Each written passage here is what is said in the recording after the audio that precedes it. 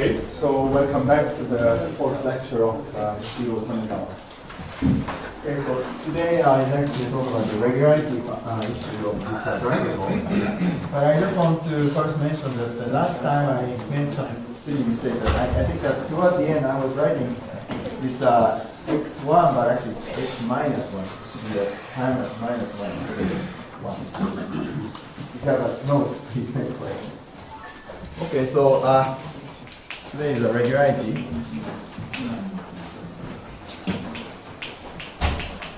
And theory for, well, not for all bracket, but for unit density bracket. Okay, so now the reason I'm restricting to a unit density bracket flow is because even if you're looking at the static case, in fact, if you have a so-called multiplicity higher than 1, say 2, 3, so forth, then there isn't so much of the regularity theory actually. If it's just a minimal surface. Well, if it's an area minimizing, it's a different story. But we're not talking about area minimizing situation here. It's just sort of critical point of area functional and not necessarily area minimizing in general. So so I focus my attention to only the one that has unit density for almost all time. Okay. But before I go into the full-fledged bracket flow regularity theory, let me just think about the simpler situation where you have no time independence. Okay, so of course the bracket flow theory for bracket flow should be also true for static case, time independent case. So let mu be just let's see, okay, gamma, where gamma is rectifiable net k that I defined on the first day, and I assume that mean curvature, generalized mean curvature is equal to 0. Okay, so that's a situation where well, this is a bracket flow, by the way. It's time independent bracket flow is this situation. Mean curvature 0, it's not moving. Okay, and then in this case, just without going through much of the detail, first thing one can actually say is that so the mark is, since I feel like I don't have much time, so just let me just quickly say that the support of mu is actually, you can, without loss of generality, assume that this is equal to gamma itself. Okay, so you can think that this is actually closed set. Okay, so this you can assume that this is equal is actually non-trivial in the sense that if you don't have this kind of stationary or mean curves equal to 0, they could be wildly different. In fact, if you take any rectifiable set, I mean, if you take a closure, it can be actually the entire n. You can have such example. But in the case of this mean curves equal to 0 case, you have a sort of monotonicity formula, and using that, you can actually assume that this underlying set is actually closed set, which coincide with the support of this measure. Okay, so just don't worry too much about this aspect if you are not familiar with this.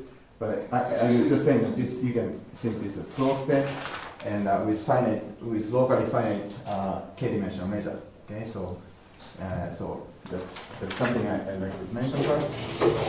And now, so this guy is after rectifiable set. So for almost all place, you have an approximate tangent space, but just because it's rectifiable set, right? So now this gamma has approximate tangent space. Let's see, here, mu, almost all with respect to HK measure. Okay. Almost like, and the place where the tangent space does not exist is measure 0 in particular. Now the Allard regularity theorem says the following. So here is Allard's regularity theorem.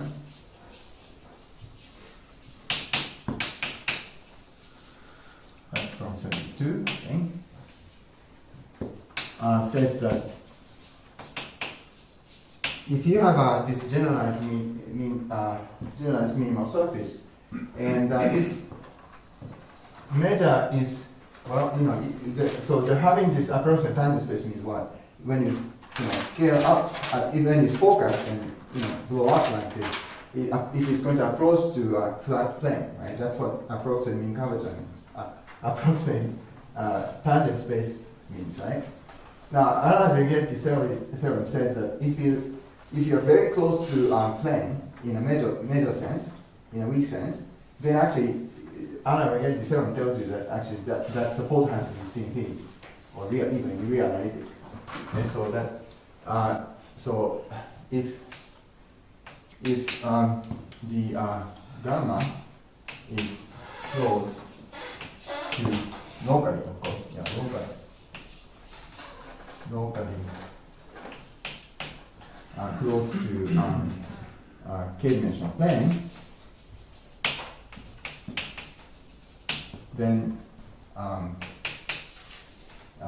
okay, so maybe I should say that close to k-dimensional plane in the sense that that is this gamma minus x0 divided by lambda is almost measure sense close to some plane, okay, so A, which is k-dimensional plane.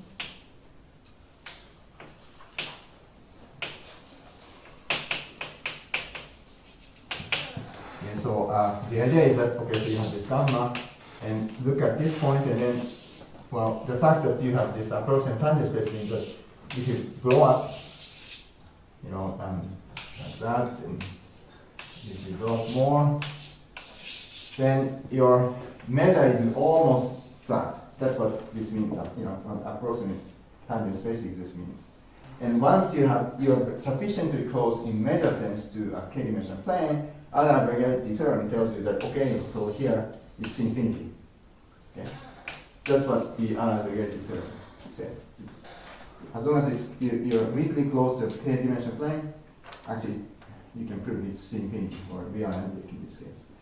So in particular, this theorem says, okay, so, and this is, you can say it's almost everywhere, so that means, this means, in this case, in fact, it means that there exists some singular set, perhaps, maybe it's empty, but singular set G, which is in the support of mu, such that this measure is 0. By the way, it's closed there. Closed set, such that this is equal to 0, and also outside, okay, this is wrong. This says gamma is fine. Gamma minus G is actually a real analytic minimal surface. Okay, minimal.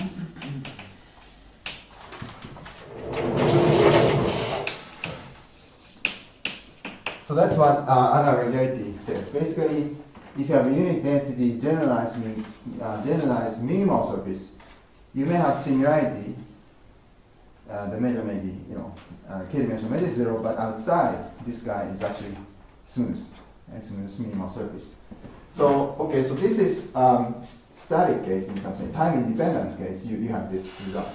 Okay. Now I'm going to explain about this Brakke law.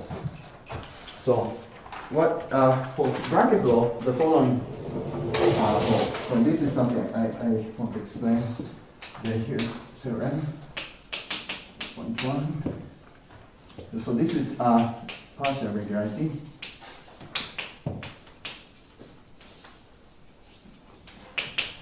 Is that assume that we have a Brakke law, but assume the mu t is a unit density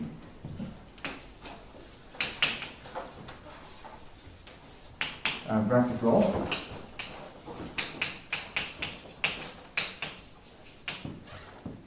Okay,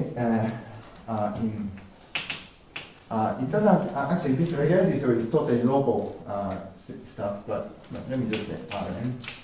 It can be, I mean, this doesn't depend on the global property, it's just totally local regularity theory. Okay, but then the claim is that for almost all time,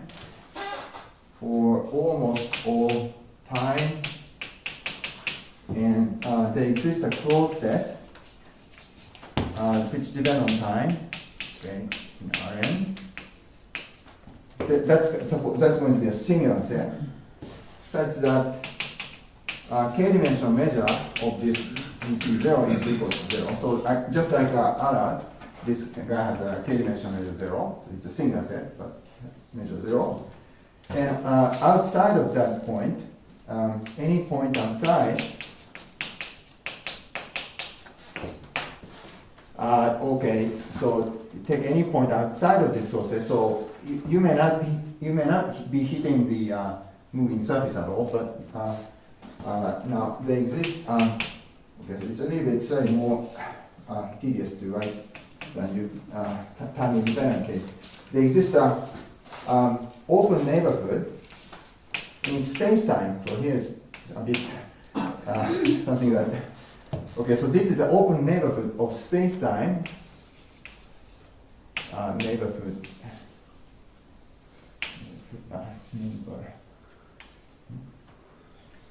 Neighborhood of x0, t0 in space-time. Okay, as such that basically in this open neighborhood, this moving Brakke is actually C infinity in curvature flow. Okay, so just to be precise, so I'm talking about space-time set. So support of mu t cross t. So this is sort of the track of the. This is this support of mu is a surface, and then this. Time, and then I'm taking union. So this is a space-time set. Okay, so this is set in space-time. Intersected with this open neighborhood is C infinity in curvature. Okay, so that means Brakke flow is in this sense. Almost everywhere and almost all time is actually C infinity in curvature flow. Okay, so we started out with this rather weak formulation of mean curvature flow, right, with inequality even, but in fact actually it's C infinity for almost all time and almost everywhere, as long as you assume it's in intensity. Okay, so if you have multiplicity, then we have some problem, but as long as you don't have the sort of a folding of things, and as long as it's in density, then it's actually C infinity. So, in that sense, this notion of Brakke flow is rather satisfactory, because you have this regularity theory at least, and yeah. Okay, so now this is Excuse me, may I ask a question? Yeah. So, do we know the development of sorry. this side, the GT0? Yeah. Sorry, yeah. For the set, for the Yeah. bad set, GT, Yeah. do we know its development, its evolution? Sorry, it's part of the support of GT. yeah, GT, yeah. Yeah, because for different time, we Yeah. may have different GT. Oh yeah, sure. So do yeah. we know the evolution? Oh no, that's So we don't Yeah. have any control about that? no. So it's a very difficult question. By the way, I'm sorry, I forgot to say that. This could be also empty, actually, empty, or if it's not empty, that's what I should maybe empty or. So you see, the point is, I might be looking at a place where there's no, surface at all. So yeah, I hope that makes sense. Yeah, it's, somehow because of this, you have this time direction. I have to stay this way. Okay. Any other questions? Yeah. Yes. So this for almost every time, and then the elliptic Hausdorff measure that does not seem optimal. Right. Yeah, I guess you can say something about it. In the parabolic. Yeah, parabolic. Okay. Yeah. but this is an easy way to Yes, compare to this Allard. That's why I'm, yeah. In fact, we can do lots of, others, things that yeah, is relevant. Okay, so this result is, I should say, this result is first claimed by Brakke in his in the paper. But I must say that this proof was not totally understandable, and there are a lot of mistakes, as specialist knows, and as far as I know, nobody give a complete proof for that. But so it remained sort of mysterious for a long time, and then I did with my student gave a complete proof for this for first this one is C1 alpha regularity, but at the same time. Around the same time, I did also C2 alpha. I'll explain what this means in C1, C2 alpha later. So these two works basically gives a complete proof of this partial regularity. And also I should mention that if you know that this Brakke flow is a limit of C infinity, smooth mean curvature flow in appropriate sense, then Brian White has a very nice argument to get something of the similar nature. Okay, so for many applications, actually Brian White's regularity is in fact good enough, in fact, because quite often in differential geometry situation, you know that the limit guy is actually the limit of C infinity mean curvature flow. So I should mention that. Okay, but the full regularity theory was sort of unavailable for a long time. Okay, so now maybe I should move on. All right.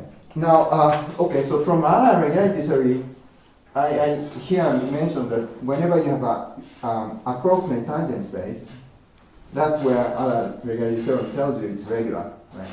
Now here it's sort of similar too. Whenever you have a tangent flow which is static k-dimensional plane, then you can actually prove that's actually a regular point.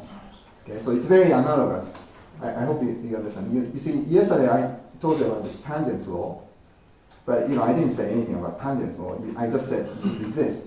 But the point is, if it is a tangent, if the tangent flow is a k-dimensional plane, okay, which is static,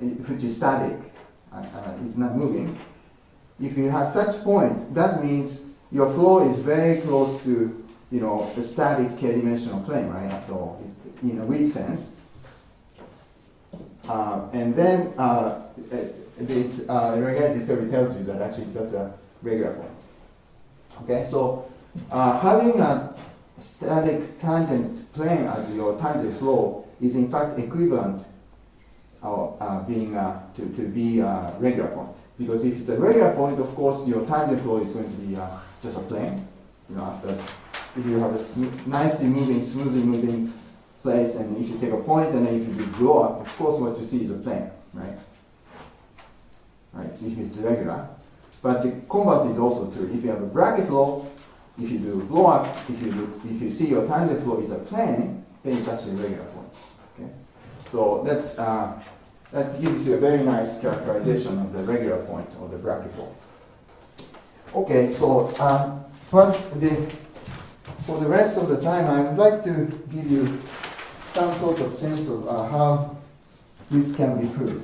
Okay. So this proof of this C1 alpha is relatively kind of complicated, but paper itself is about 70 pages or so, and so this one's not the easy one. But also this C2 alpha is involves another blow-up argument, so combined it's about 100 pages.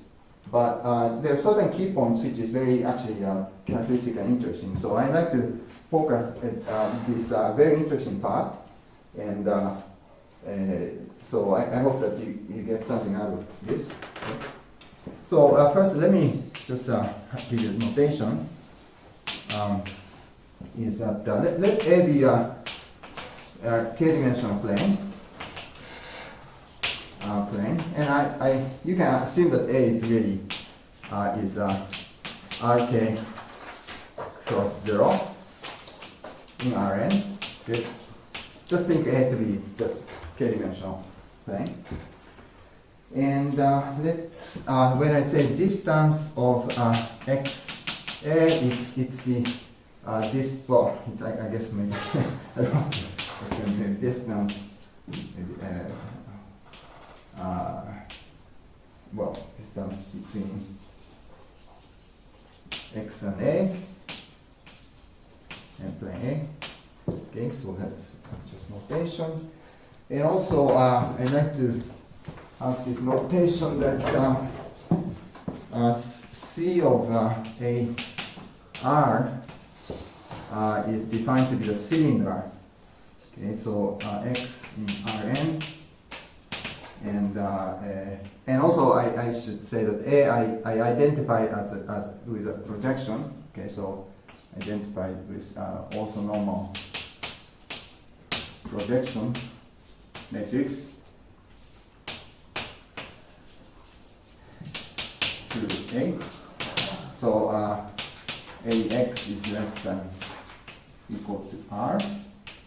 Okay, so, well, the really simple picture you should have in mind is, well, we have A as this bottom plane, and then C, R is just a cylinder, which is perpendicular to this. Okay, so here's R. So this is a cylinder. Okay, so that's the notation for this. Maybe well, it doesn't matter, but maybe I can take it to the open. All right, and also I want to use this function psi. So let psi of R to be this is a function which is more like a characteristic function, but here's one, and then something which you have compact support, which is really like the characteristic function of 0, 1. Okay, but C infinity compact support in say 0, 1. Okay. Okay, so I just a technical tool. And also I want to define psi A of x to be defined as psi of ax. Okay. Now this is really you see this is x projected to x, and then you know this function. So you can think this more or less like the characteristic function of the cylinder of radius 1. Okay, but this guy has a compact support in the cylinder. Okay, so maybe I should just have a bold face because I may see later. Right. So it's a bit confusing between this and this. So let me have this notation. Okay. Yeah, please think this more as a characteristic function, but I need this to be a bit smooth. So because I want to use this as a test function later. So in the brackets for inequality. So I want this to be smooth. Okay, and also another notation is that omega k tilde to be the integral of this psi a x on this plane. Okay, and then notice that if this is this is the characteristic function of a cylinder, you are integrating on this plane, and this is almost, well, if this is very close to characteristic function, then this is really like a k-dimensional, the volume of the k-dimensional disk. Okay, I hope that makes sense. Huh? Okay, so I'm this guy, you can really think this as unit k-dimensional volume, but unit disk. Yeah? So please take this as a notation. All right. So now the heart of the results of this partial regularity theory is it's a bit messy to write down, but instead of just saying something vague, I might as well write the precise theorem. So let me write the theorem. Okay. This is 5.2. And the same, well, it's a little bit different in my paper, but it's pretty much the same statement you can find as a theorem 8.7 of my paper. And going on. Okay, which is a C1 alpha estimate, as I said.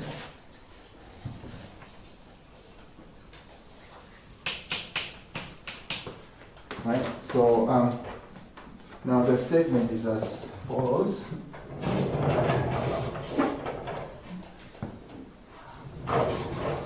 So now, given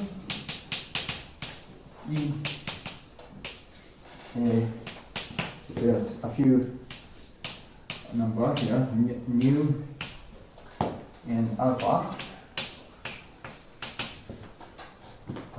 There exist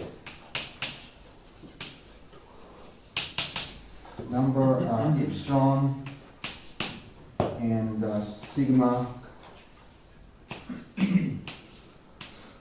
These numbers is not particularly important, but lambda and C1. Okay. Depending only on these numbers, and depending only on E alpha, this given number, mu k n. Okay, with the following property.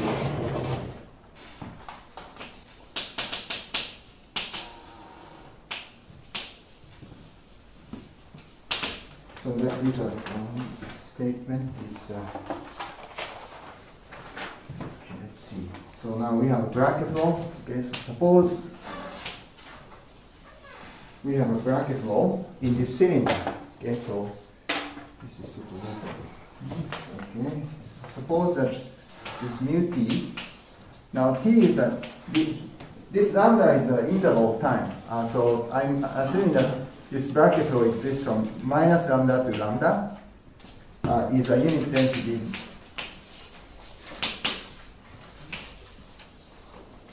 Brakke flow.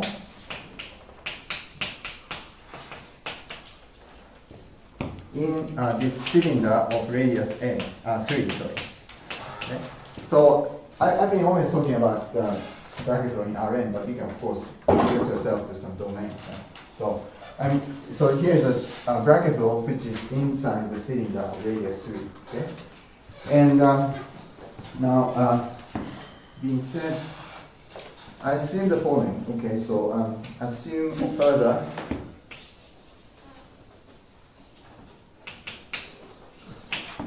that for any ball in the cylinder and any t during this time interval. So take any ball inside the cylinder and look at any time. I'm assuming that the uniform alpha density ratio this is less than or equal to E times Rk. Okay. I say this. Let me put the number to this. This is 12. Okay, so that's first condition. And the second condition is I define this number gamma, which is going to be very important. Gamma is the this quantity minus lambda to lambda dt, and you have integration over the cylinder and the distance function of a. So this is a continuous function, so you can integrate. You integrate this function. Okay, so this 1/2 is less than epsilon. Okay, so this is also assumed. So let's say this is 13.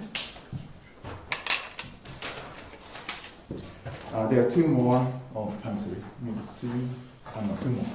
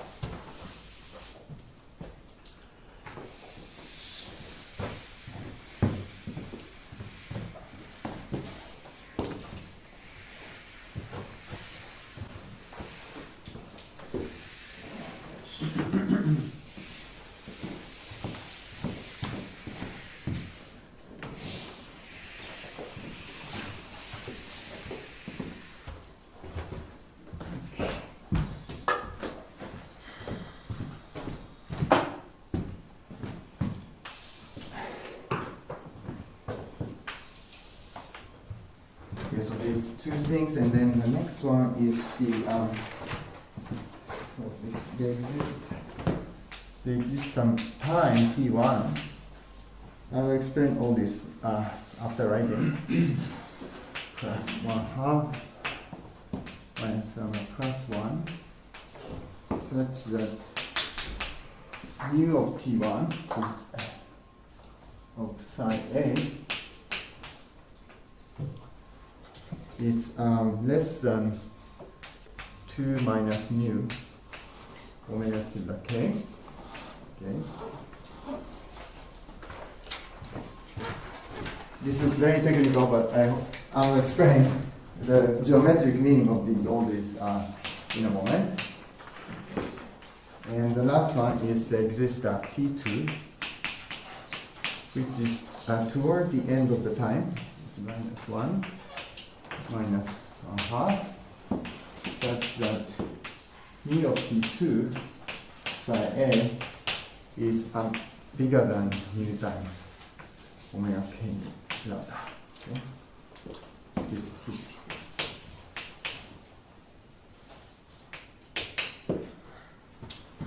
Then the conclusion is then there exists a function which is the function from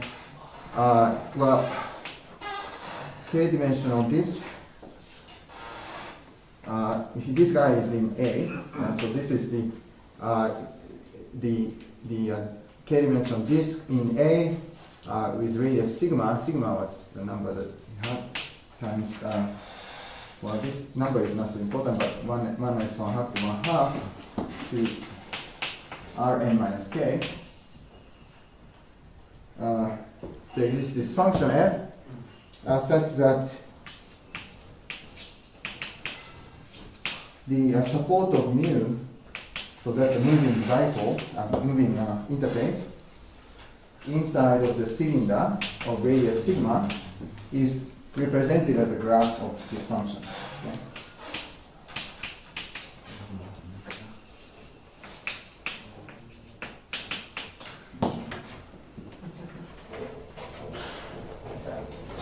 So this function is, first of all, you can actually, this is something already, you can actually represent this moving, surface as a graph over A, okay? Which is of course not trivial because after all we are looking at sets, right?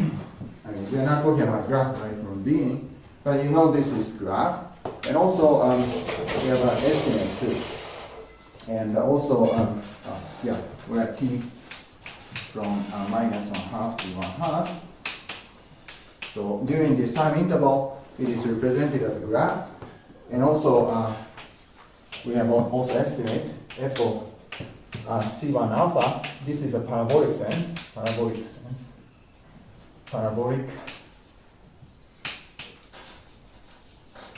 Sense. This is bounded by this C1 times gamma. Okay. So we have this. So it's 16. Okay, and also I just quickly add that there's also additional theorem, which I could have written together, but I just, for the purpose of explanation, I just write this separately, but this is theorem 3.6 of my paper, this new paper 14. This is a C to alpha, isn't it? Okay, so this is so more like a remark. Actually, you can get, you can even get under this exactly the same assumption. F of C to alpha is also bounded by constant, different constant times gamma. And at this point, you can conclude that F and also graph F is a mean curvature flow, smooth mean curvature. Okay, so this I just mentioned at the end, but actually it's interesting fact about this mean curvature flow that this, which is different from minimal surface, is that once you, for minimal surface case, minimal surface case, once you get C1 alpha, you have equation. So equation in weak form, then you can actually, elliptic theory gives you already C infinity at that point, once you get C1 alpha. But for this Brakke flow, actually that's not the case. Even if you have C1 alpha, you still don't have the equation, in fact. You only have inequality, okay? So you have to actually do some, you can't use PD with C1 alpha. So you have to do another sort of blow-up argument, which I don't explain this time, but you have to do some kind of another blow-up argument of quadratic nature, where you actually prove that it's actually C to alpha. And then there you actually do prove that the velocity is equal to mean curvature vector. Once you have C2, that means you can define a mean curvature vector and also velocity, and you can actually, in this analysis, you actually prove that they are the same. Okay? But once you have that, then you have PD, and then you can actually, once you have C to alpha, the classical PD, parabolic PD theory actually gets you to C infinity. Okay? So this step is actually not present for elliptic case, but it's necessary for the parabolic case, or which is something I think people didn't really thought about even before. So that's something I also noticed. And here, some of Brakke's argument here is totally wrong, actually. There's no, it doesn't make sense. Okay, so let me explain quickly the meaning of this assumption. And so this 12 is this upper density ratio bound, right? So this is, it's sort of uniform bound on the edge, on the surface area. And so mark first is that this 12 is typically available. I mean, that's a reasonable assumption, or you have it actually really available through proposition 3.3, okay, which I proved maybe second day in Huisken's motivation formula. So that's actually, you know it. There's some E. Okay, so that's nothing. It's not anything special. It's just you have some E, and so you can fix E. So you can almost think E as a constant, if you like. Okay, so now the 13 is very important. 13 says that this Brakke flow is close to N in the sense of measure. Okay.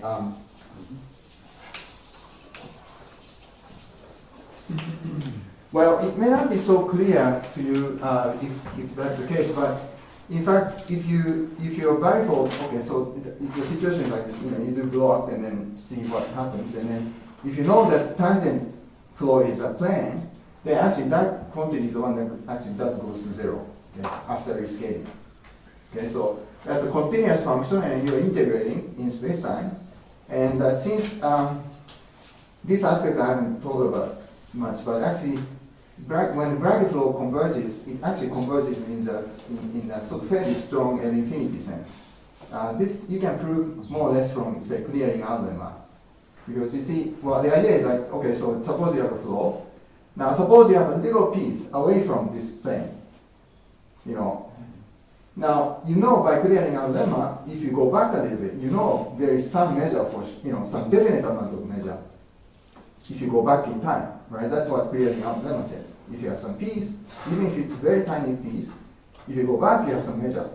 And you can actually play with the time. You can actually have some certain time interval where you know there is some, definite amount of measure around here. And then if it's converging to this plane, that cannot be possible because if you have some definite amount of measure around here, it's not converging in measure, right?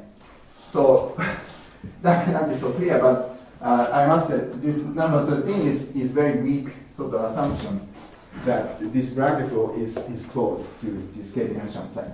Okay, so this is something you can actually use when you have a weak convergence of measure. So I hope this makes sense. And then now next one. This one is the following. These are the sort of geometric meaning. So now you see, let this be a time. Now we look at 0 and then minus lambda and lambda. So this number 14 is saying that near the beginning. So let's say here is this interval. Okay, so let's say I1 or something. This interval is somewhere here. And this interval, by the way, is, let's say I2. So this guy is toward the end of the time. And this is claiming is that, well, somewhere here, it doesn't matter where, but here's T1. And what this is saying is, okay, mu is some positive number, so this is saying is, okay, at time T1, okay, remember this is a almost like characteristic function of the cylinder. So this measure, cylinder radius 1, right? So this is saying is, your measure is strictly less than 2 times the disk. Okay? So that's what this is assuming. So here, this 14 saying is, 14 says measure of T1 is strictly less than 2 times disk measure. Okay, 2 times disk. You see, the point is, okay, suppose, the silly situation is that suppose you have 2 planes. Of course, you can represent it as a graph, right, of single valued function. So firstly, obviously, you don't want that situation of 2 planes, which is parallel to A. You see, you have A, and if you have another plane which is extremely close to A, you can make this gamma to be as small as you like, if it's very close to plane. So this 13 can be easily satisfied with 2 planes. So that's the one that you want to assume. Huh? And also you can also exclude a small, you can exclude a catenoid, for example, which is small hole, which is almost like 2 planes in terms of measure, right? But it's still minimal surface. So, catenoid, of course, you can't represent it as a graph, right, over the plane.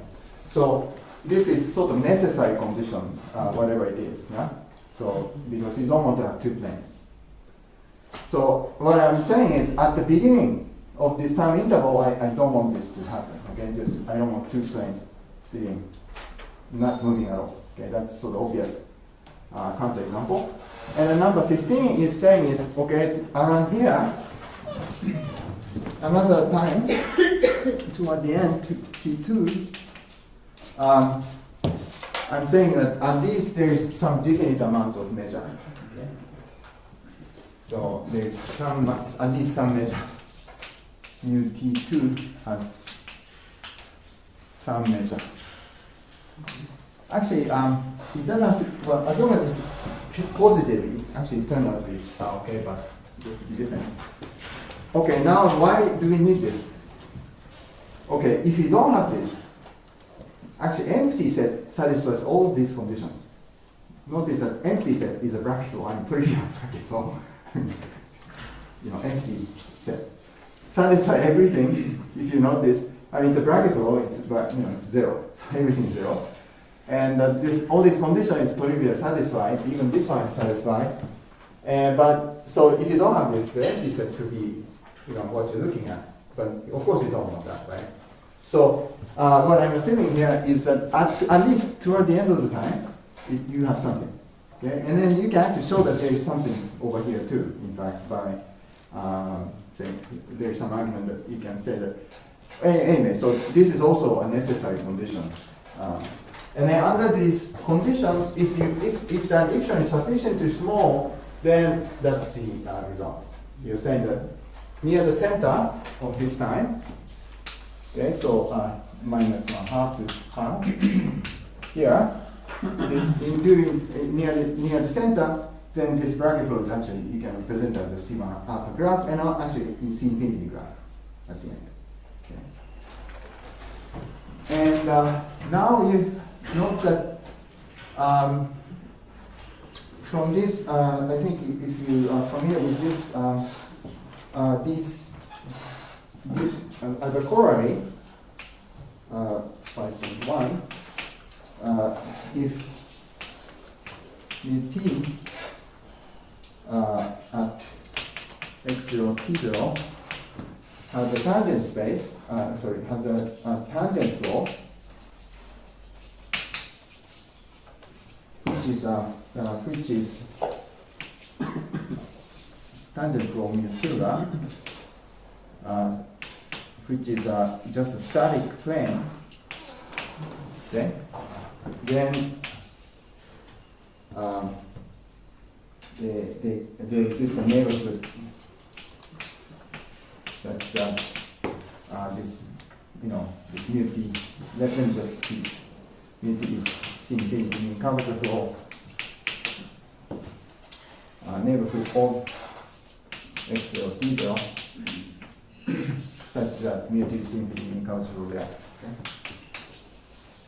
Because as I said, if you look at the blow-up, if you look at that, and then if you have a tangent flow which is just a plane, then it really is satisfying all these conditions, if you think about it. I mean, it's approaching to, this guy is getting, well, after rescaling, that's what I mean. After rescaling, this quantity is approaching to zero, and that upper density ratio is fine.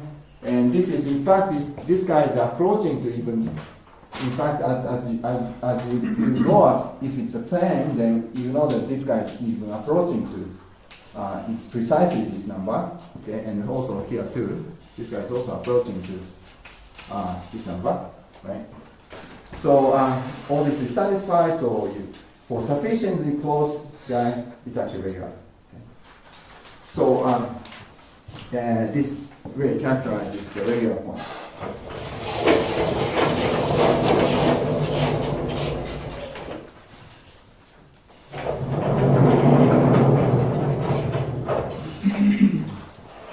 Now, so let me somehow give you a highlight of the proof.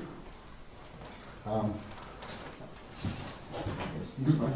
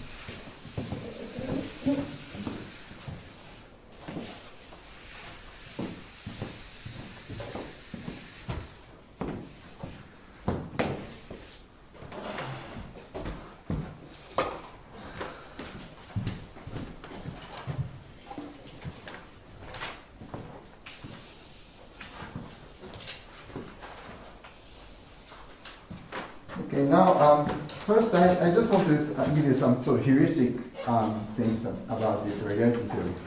Now for minimal surface case, maybe for dimension 1 even. Well, people know that if it's a minimal surface, roughly speaking, I mean, if you forget about nonlinearity, the graph satisfies the, of course, Laplace equation. I mean, that's, of course, you have nonlinear things, so this is not true. Okay, so roughly speaking, that's the case. Now, you can, of course, then, if it's Laplacian equals 0, then for any test function, even compact, you can easily get this inequality is less than equal to c times phi square s square. Okay.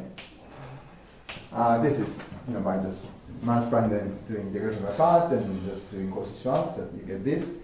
And in fact, it's regularity theory for this Allard regularity theory uses the analogous inequality like this when you sort of start doing the regularity, this sort of blow-up argument. Well, this, as you know, it's a sort of Cacciopoli type. Cacciopoli.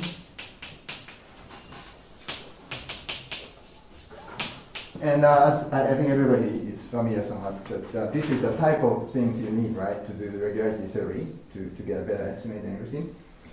Okay, so I say that Allard regularity theory does actually use this type of things in a critical way. Okay, so now our model is really like a parabolic equation. Okay, so the mean curvature flow is like a parabolic equation. So we have this, yeah, but of course it's nonlinearity. Now you do the same kind of things, and you can prove with a little bit of number of integration that for mean curvature, well, for heat equation, you can easily prove that this is less than equal to minus of Laplacian of f square, phi square, and plus some constant depending on phi, and integrating over the place where phi is positive of f squared. Okay, something like this. So this diffusion energy is dumped by this Laplacian square, which is like mean curvature square. Okay, but with the error term, you can have L2. Okay, so you can get this kind of things estimate. And now, so somehow the game of the is similar in the sense that you want to get some kind of control of the higher derivative in terms of some kind of lower, order quantity. Now, if you look at this, then actually after a while you realize that somehow at the end you actually want to control this only with this, but if you integrate in time, note that you are left with the initial time. So if you integrate this from t1 to t2, for example, you are left with this quantity at t equal to t1, right? I mean, this quantity has to be on the right-hand side at time t equal to 1 if you integrate in time, yeah? So this gives you this gives you t equal to t2, but you have to have the same thing t equal to t1 plus this guy, okay, t1 t2 s squared, like that. Now you can't get rid of this guy. In fact, well, you could actually say, well, all right, maybe you can do a cutoff at t equal to 0, t at around initial time, but you still have it. You can't get rid of this. Okay? What you want to do is actually you want to get rid of this guy. Okay? But you can't somehow do it. You can't do it with this kind of linear thinking, or if you think this mean curvature flow as a linear equation. And actually, the great thing about mean curvature flow is there is some sort of nonlinearity that helps you a lot. Okay, so without going, okay, I'll explain this in a moment. But actually, what you have, if I talk about the analogy that comes from the mean curvature for nonlinearity, is that in fact you can actually bound this guy. You have a nice. Okay, so it's not exactly this one, but okay. So the idea, very crude idea, is that in fact we have the following kind of estimate. This is bounded by somehow not by this, but actually some quantity which resembles this. And here is a power theta, where theta is bigger than 1. Okay. Plus some error term, small error term. Somehow the mean curvature flow gives you this type of nonlinear estimate. I mean, it's not, I shouldn't say this is precise, okay? Just I'm giving some kind of feeling about this. And once you have this theta, which is bigger than 1, what happens is that in this here, you see, okay, let's call this ET, okay, ET. Then what happens is that the time derivative of this ET is bounded by minus of ET, because you see, this guy is here.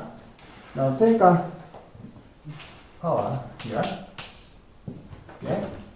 Then you are actually, here is 1 over theta, which is less than 1, okay? Plus some error term. Yoshi, is there, Huh?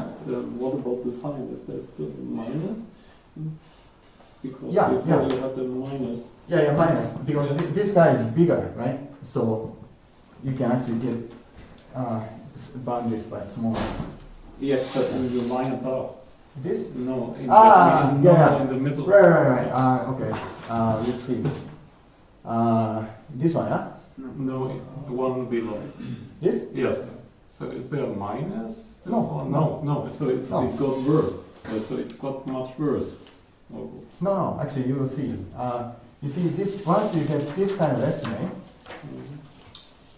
you know, you can replace this by this. Okay. Now you see this guy is less than 1. So now here is this guy still. Somehow the I don't care if you know. Okay. Now once you have this, note that this guy, this is ODE. And since you have this less than 1, it actually becomes 0 in finite time. You see, if this is 1, then it takes exponentially to, it takes long time.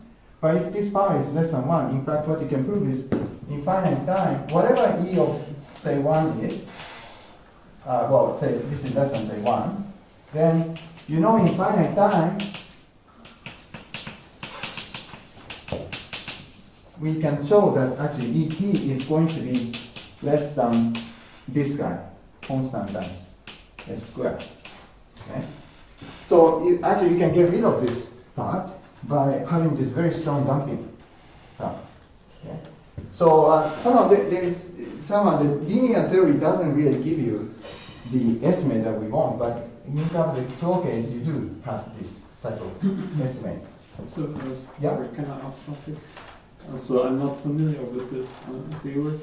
So is this, what is this Kachopoly type, even in the elliptic case, what Yeah. is it applied to? Is it applied to get some strong convergence in the linearization? Well, no, you see, yeah, so actually in Giuliani's Camilo's talk, the quantity that you had to control was the excess, but here you don't want to do that, you want to do with L2 for the one that you control. So you want to control everything by this.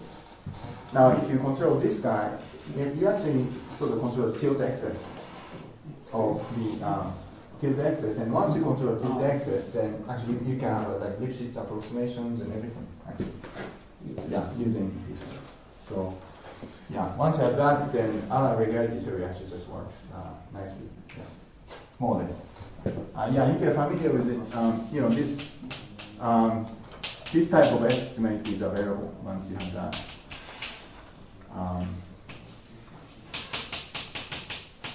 This type of things is available. Once you have that, then this gives you like all the necessary estimate. You can draw a argument also. Yeah. All right, so I think it looks kind of strange, but I'll tell you the precise estimate now. So this is really a sort of feeding explanation. It's not precise, but we will see what it is. So let me write this proposition. So this I say it's more like a geometric sovereign inequality. Even though I'm not so sure what this means here, but the way I feel is this is like the sovereign inequality. And this you can find this statement in proposition of 5.2 of Kasai and myself. Okay, so you can find pretty much the same statement, but maybe with different number. Okay, so this is a key, one of the key estimates that gives you this type of estimate. Okay, so let me explain this. So for E and U is again the same kind of numbers. There exists epsilon 0 and C tilde and delta with the following. Okay.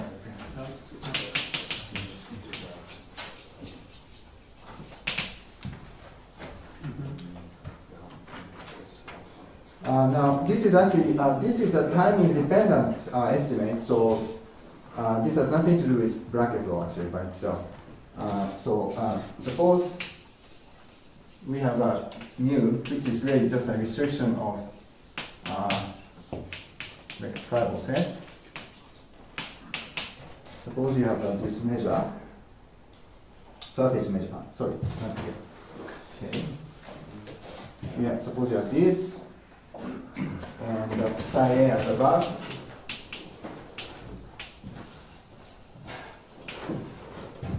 And let's see.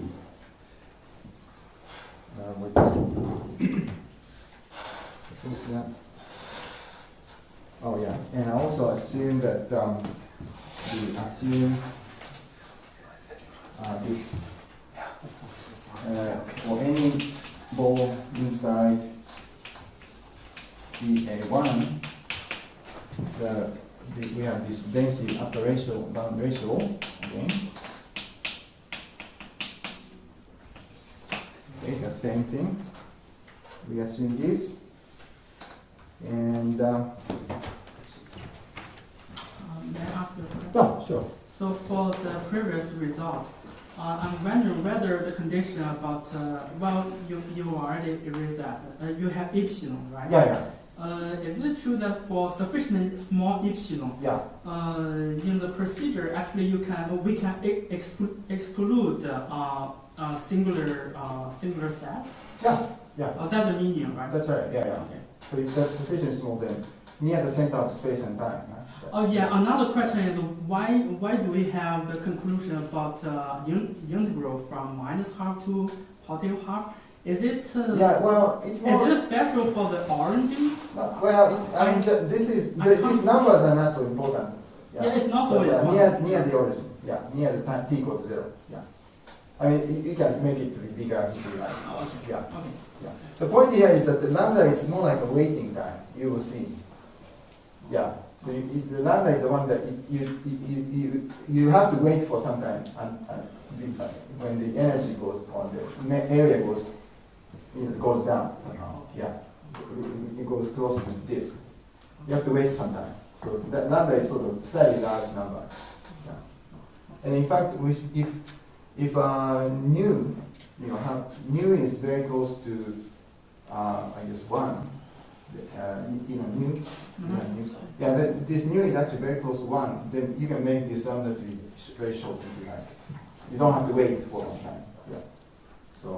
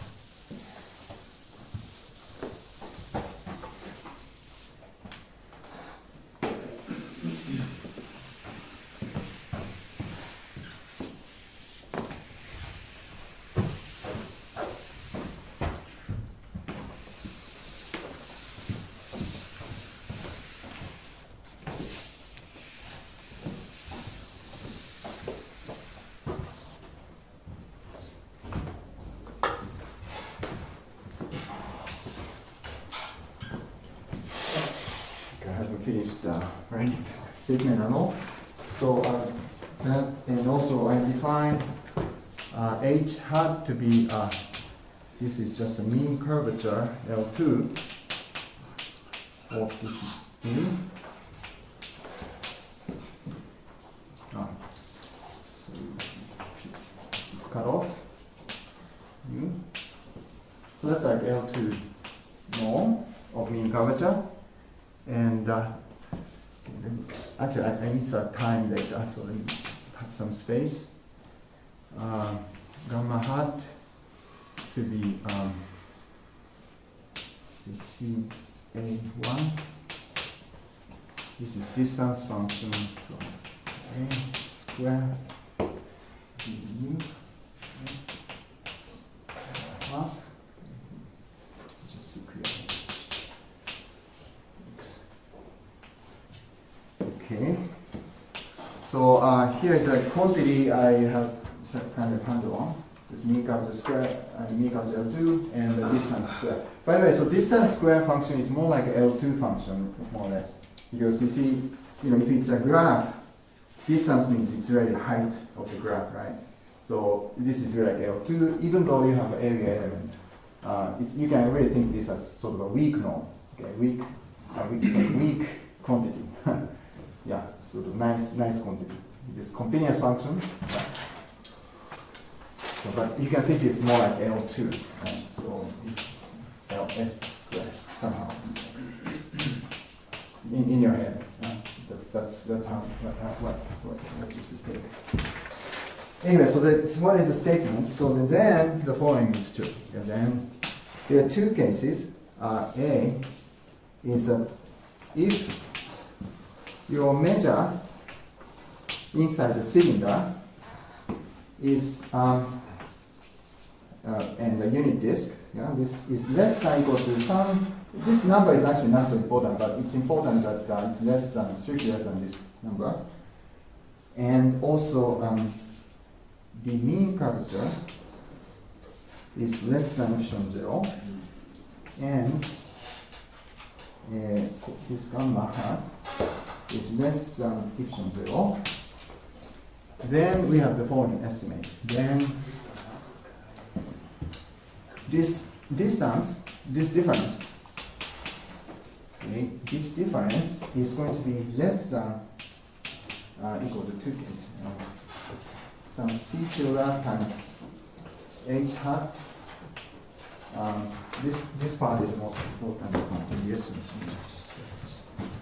This is 2k k minus 2. And the rest is actually sort of error term. I'll just write it.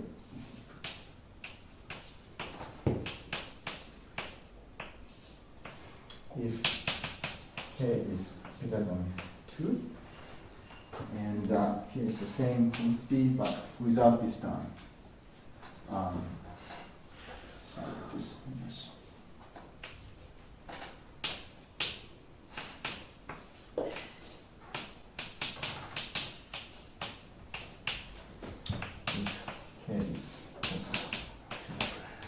Okay, so that's, I'll explain what this means in a moment, but I'm going to just finish writing. Right, so let's B. Case B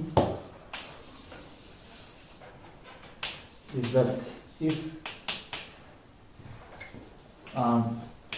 in other case, is that if this inequality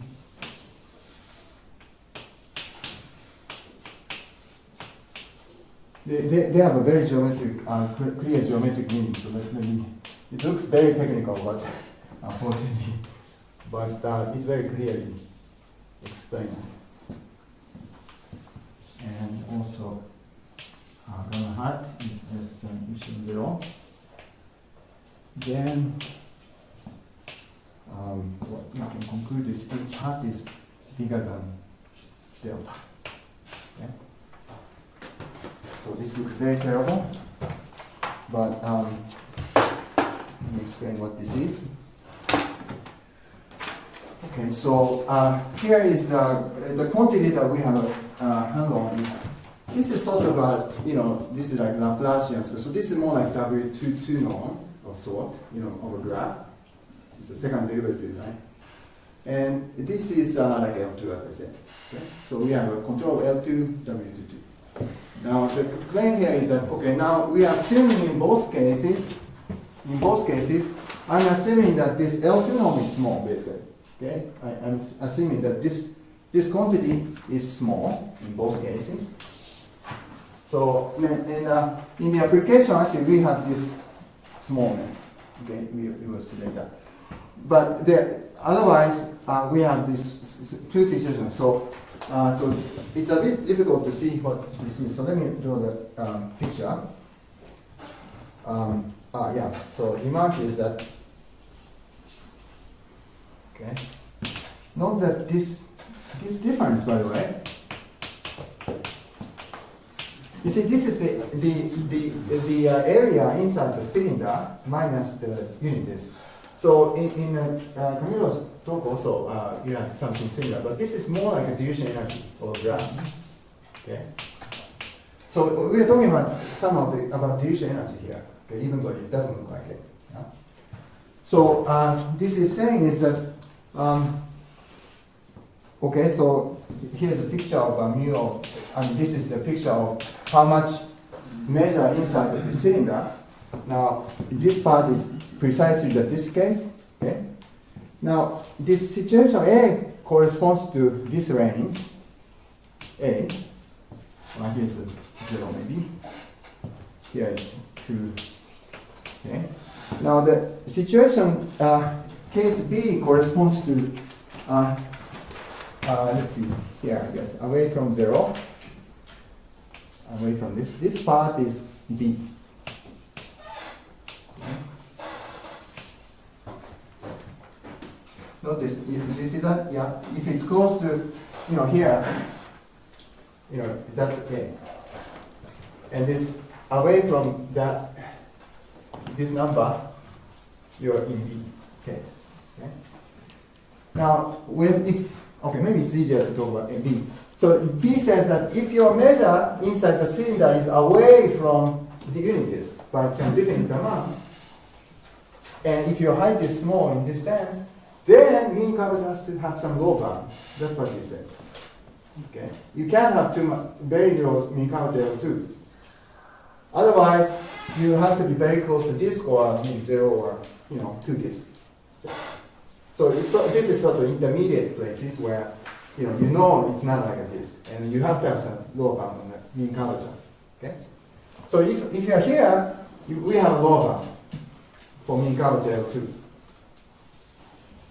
Now, if you are close, so you are here, then the dilution energy has this kind of estimate.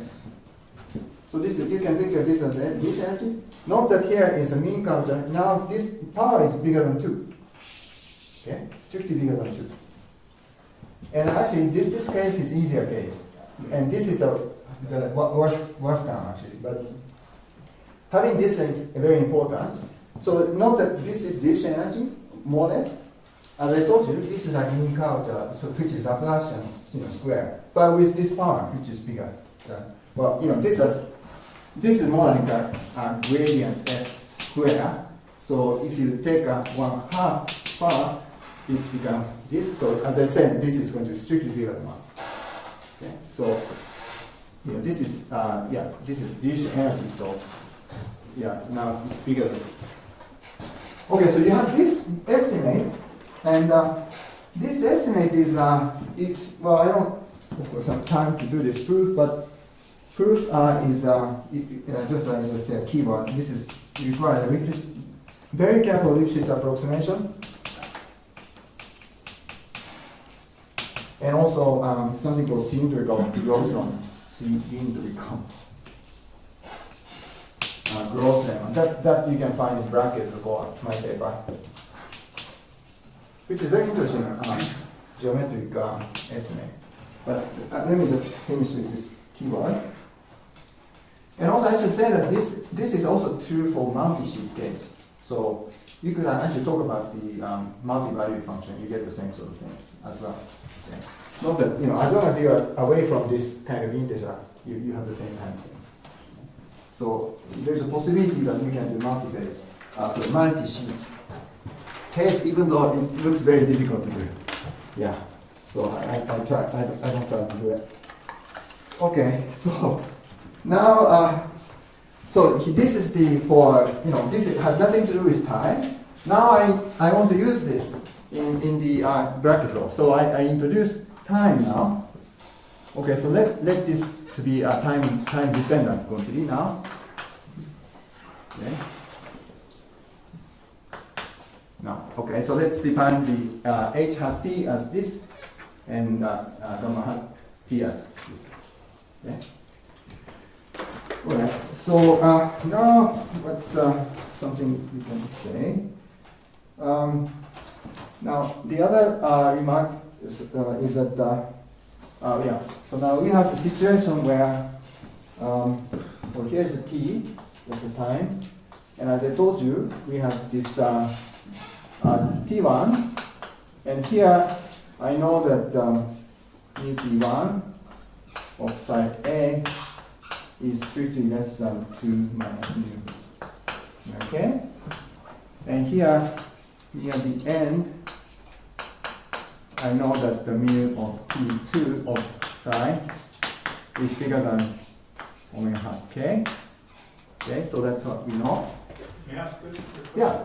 So, just about the exponents in your estimate. So, in the linear, so I'm looking at K larger than 2, Yeah. the linear part of the estimate, I would have expected 1 and 1 instead of 3 halves and 1 half. Oh yeah, this is, it turns out to be actually correct. It's kind of surprising, but yeah, this it's just a usual inequality. Well, actually, you can split this to be 4, and you take a power of 4, and here's H1 But this is worse exactly than what we say. right. I mean, I would have expected a slightly stronger estimate. Yeah. H1 No, is in fact, exactly somehow, halfway between L2 and you don't want to split this somehow. You want to keep this where it's hard to explain this, but I don't know how to explain it. In some sense, you don't want to have a 2. If you split this, this is going to be h hat square plus, gamma hat square, in fact, by. Sure, but then you end up having this guy, and then it's not good, in fact. No. Yeah. I'm asking why don't you get h hat to the power 1 times gamma hat to the power 1? Oh, 1, That's 1. which is a One. stronger Yes. estimate, Okay. Which would be the which I natural would one. think is natural. Let's see, maybe you do get it, but somehow. Again, I didn't. So let me check, maybe you may be right. Yeah, thanks. Yeah, but it turned out that this is sort of harmless term. Okay, so, but you don't want to split, as I said. Somehow. You want to keep that way. Right. And let's see, so you have that, and then one remark is that we can have this supremum of this gamma hat of t, where t is between, say, t1 and t2. I can actually control this this quantity. This is for each time, but actually I can control this by time integrated quantity of this guy.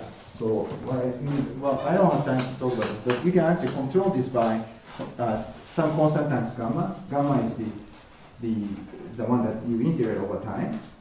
And then you can actually, so you're assuming that this gamma is less than epsilon, so, and if epsilon is small enough, then this can be made to be less than epsilon 0 that so for a small epsilon, then this guy can be made small uniformly in time. Okay, this is something that I don't have to explain, but this can be done by, say, clearing out lemma type things, and you can do this. So you can apply this lemma, because you see, as I said, this I want this to be small, okay, uniformly, to apply this. So I can apply this lemma over this interval. And let's see. So now Brakke's inequality,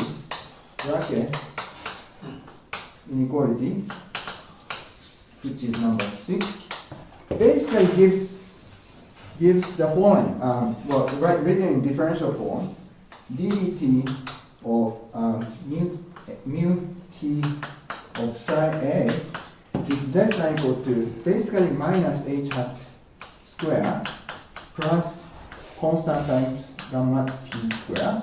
This estimate is, you saw something similar in the sense that when you look at the time, the time derivative of the measure, that you have a minus of mean curvature square, and there's some error term, but that's you can control by mean curvature by the sort of distance square function. Actually, this requires a bit of computation, but you can kind of imagine from heat equation. This is really like if you differentiate the addition energy, you get mean curvature square. Well, Laplacian square term, and you have the the L2 norm, right, and over here when you have heat equation. So you have this kind of thing. And as I said, this can be controlled by this one. So this is less than equal to minus h hat square plus c times gamma square. Okay? The difference c. So you have this differential inequality at hand, right? And then you combine this with this estimate.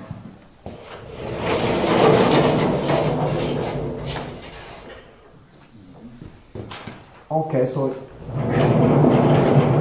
now note that you have a very strong damping coming from this power, okay, the red one, as you will see. Right, okay, so now what we have is that, let's see. Okay, so you have these two situations, A and B. Okay, maybe I should just use it for last time.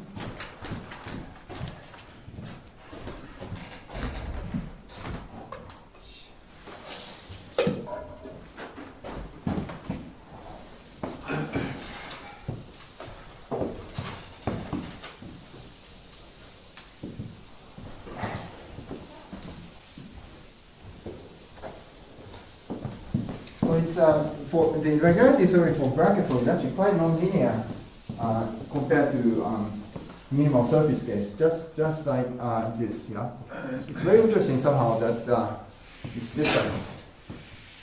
And I don't know. I've never seen this in other places, and I'm interested to hear if you have seen something similar.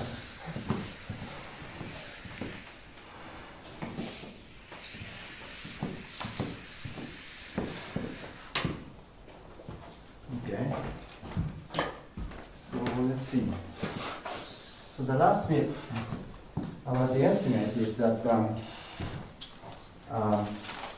okay, so let me just do this a bit salty way. Okay, so we have that differential inequality. Now, okay, maybe going back to this picture.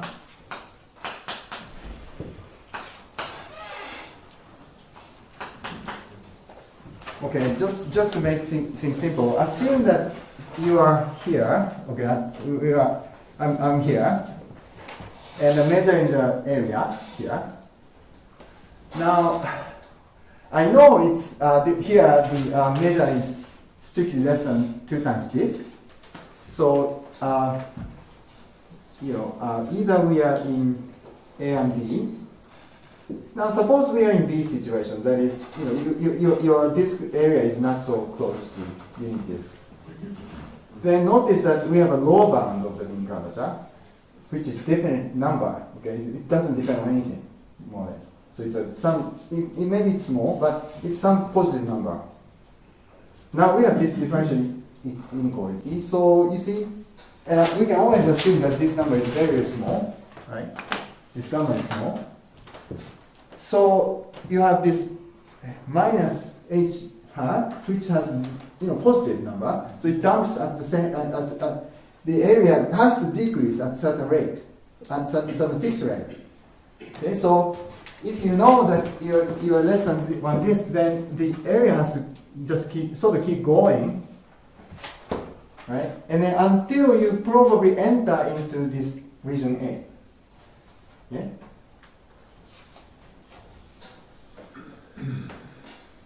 Now, also you can actually go backwards in time in some sense. That since you know that here it's bigger than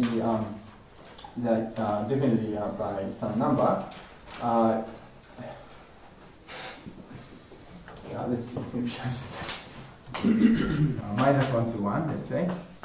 Okay, so here is the time between -1 and 1. And now, if you are somewhere here, if your measure is actually less than, say, omega k tilde minus 8 omega k tilde. Okay, if you have that, then you are in again region B. Then we have the lower bound of the mean curvature, so it keeps going down at fixed rate. Now maybe if you wait long enough, you cannot have enough measure here, right? Because it's going down at fixed rate at least. You cannot go up, right? You have to just keep going down. But unless this guy is going to be comparable to this gamma, okay? But that's a good situation. So anyway, so you can make sure, because of this type of argument, in this time interval, you can actually make sure that you are in situation A.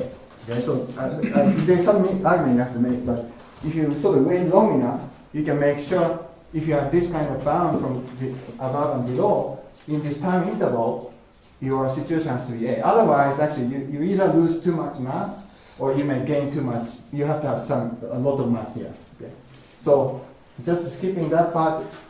Now, here, once you go into A, you have this differential inequality, which is ddt of psi A. It's less than or equal to minus. Now we have this inequality. Okay. Now we have that. So you end up actually having. Okay, maybe it's better to think this way. Actually, it's less than or equal to minus of dt psi A minus omega k tilde, and with this power, which is let's see, how does this work? It's going this way, I guess.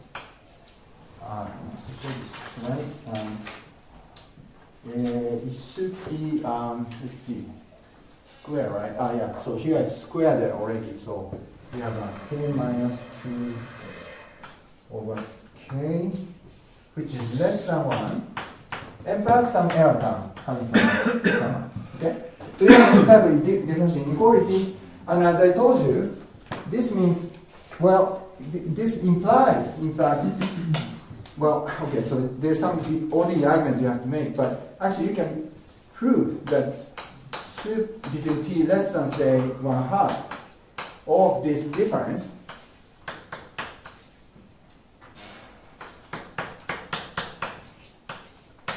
this is actually bounded by constant times this gamma squared. Actually. Because this dumps very fast. I mean, this becomes, if you don't have this, actually, you know that this is going to be 0, in fact, in finite time. Okay? But you have this error term, so because of that, you end up having this. Now, this is a great estimate because you see, this is, as I told you, this is like a dish energy, taking sup over time interval, bounded by L2 of graphically speaking. Yeah? So this is like, this estimate corresponds to roughly to the initial energy of the graph, where sup over t less than 1/2 is bounded by constant times sort of f. Okay? Yes. Roughly speaking. And so this is like Katsuyori type inequality that you wanted. Okay? And once you have that, then, well, by the way, also the deviation of this energy actually controls the mean curvature too. So once you get that, then you also get the this mean curvature control also in terms of the okay, so this space-time. In terms of the L2 space, you get this because you see how much this changes corresponds to more or less like mean curvature in space-time integration. Okay. So once you have this, you're in totally in good shape PD-wise. Okay, you can do, and once you get that, then there's still a lot of work to do actually. Once you get this, you have to do some Lipschitz approximation in a parabolic sense, and then you have to do a blow-up. You show that the blow-up limit is actually heat equation. That kind of thing you have to do. You have a decay estimate, and you do iterations, and it's a long way to go still. But actually, this is the essential part. Once you get that, then whatever you do, the important thing is non-trivial estimate, of course, for this type of business. So once you get this, then the rest is somehow you see what to do in some sense. Okay. So, but this is very interesting part, and yeah, this very gives you some feeling about these things. And now, okay, I think I ran out of time. For C2 alpha estimate, you have to, as I told you, you have to do some another blow-up estimate for C2 alpha.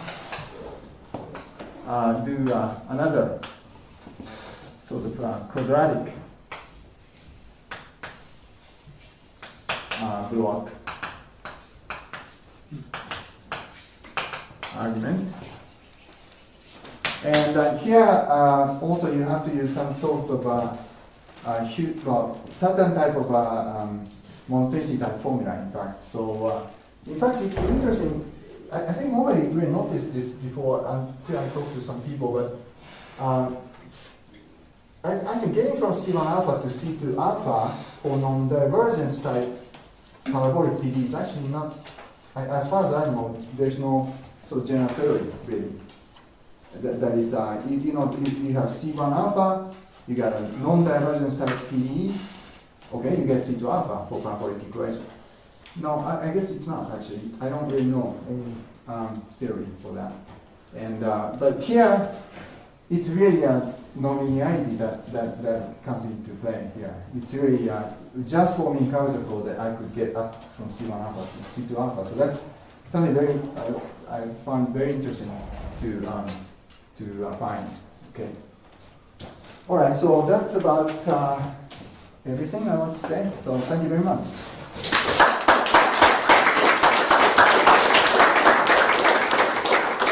Thank you very much. Are there any questions?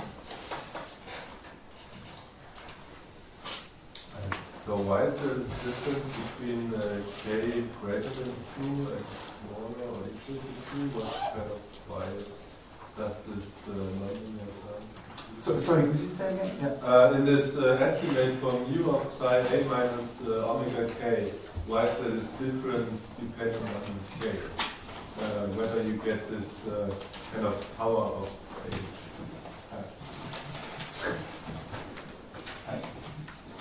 So why do you have Why do distinguish you the have cases? Yeah. Oh, this again. Yes. Well, it's somehow I don't know. It's I think in mean curvature to control, better quantity for low dimensions somehow. Yeah, if you have mean curvature to, it's like Laplacian of square, right?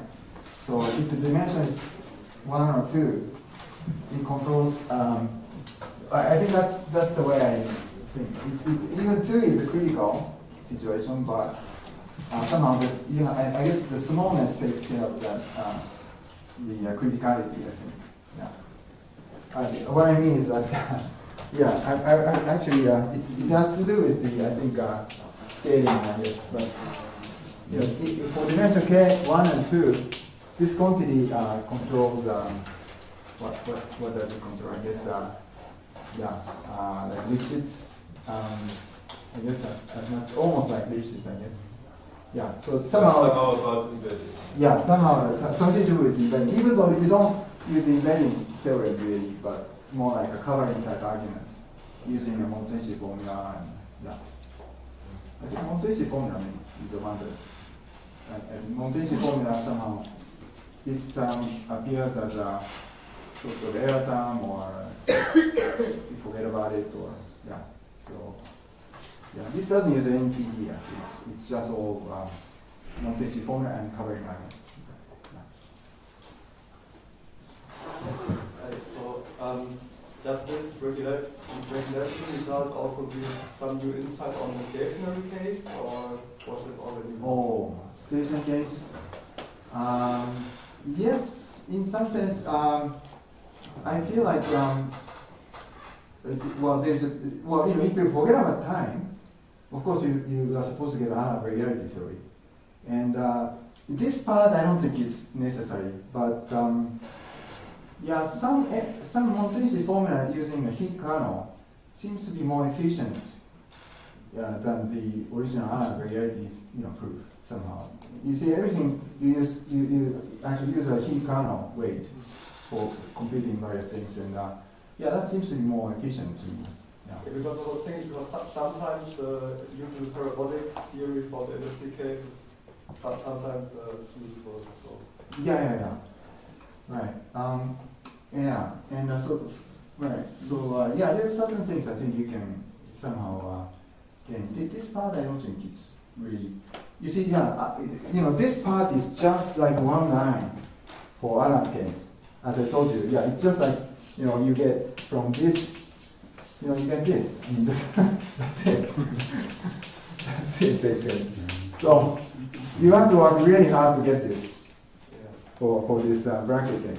Yeah, I mean from this,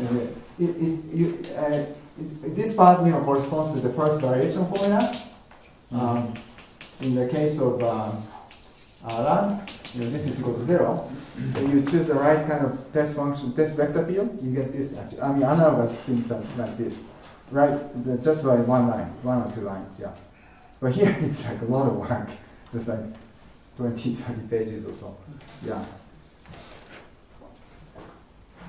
Okay, so thank you very much. Okay, thank you.